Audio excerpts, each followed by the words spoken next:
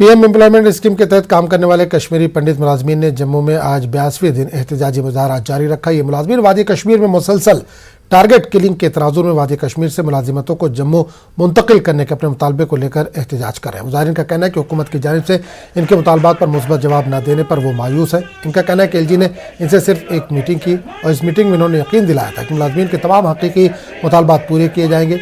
एहतजाजियों के मुताबिक इनके मुतालबात पर कोई आगे की कार्रवाई नहीं की गई। इन पंडित मुलाजमीन ने एक बार फिर इंतजामिया से मुतालबा किया कि इनके एहतजाजी मुलाजमीन के साथ मीटिंग की जाए।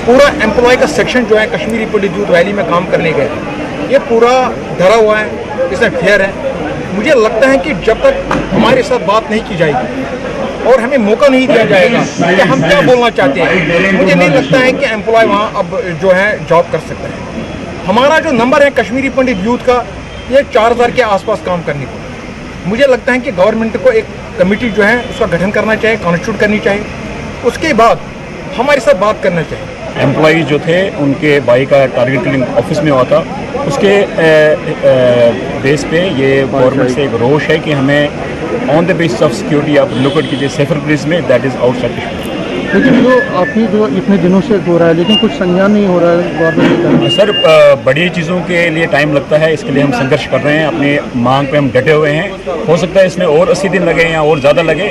जब तक गवर्नमेंट कोई डायलॉग प्रोसेस पे हमारे साथ टेबल पे नहीं आएगी तब तक ये प्रोग्रेस नहीं हटेगा।